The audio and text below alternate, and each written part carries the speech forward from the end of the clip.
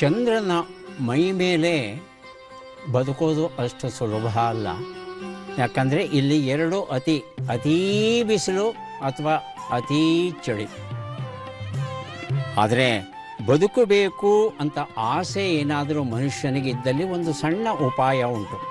ಚಂದ್ರನಲ್ಲಿ ದೊಡ್ಡ ದೊಡ್ಡ ಕಮರಿಗಳು ಇವೆ, ಕ್ರೇಟರ್ಸ್ ಅಂತ ಕರೀತಾರೆ. ಈ ಕಮರಿಯ ಒಳಗೆ ಹೋಯಿತು ಅಂದರೆ ಅಲ್ಲಿ ಅಷ್ಟು ಬಿಸಿಲು ಇಲ್ವಂತೆ, ಅಷ್ಟು ಚಳಿನೂ ಇಲ್ವಂತೆ, 17 ಡಿಗ್ರಿ ಸೆಲ್ಸಿಯಸ್ ಇರುತ್ತಂತೆ.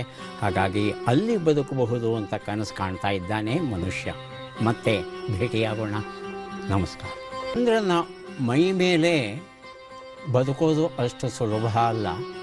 ಯಾಕಂದರೆ ಇಲ್ಲಿ ಎರಡು ಅತೀ ಬಿಸಿಲು ಅಥವಾ ಅತೀ ಚಳಿ.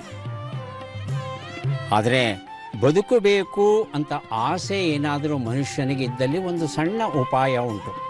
ಚಂದ್ರನಲ್ಲಿ ದೊಡ್ಡ ದೊಡ್ಡ ಕಮರಿಗಳು ಇವೆ, ಕ್ರೇಟರ್ಸ್ ಅಂತ ಕರೀತಾರೆ.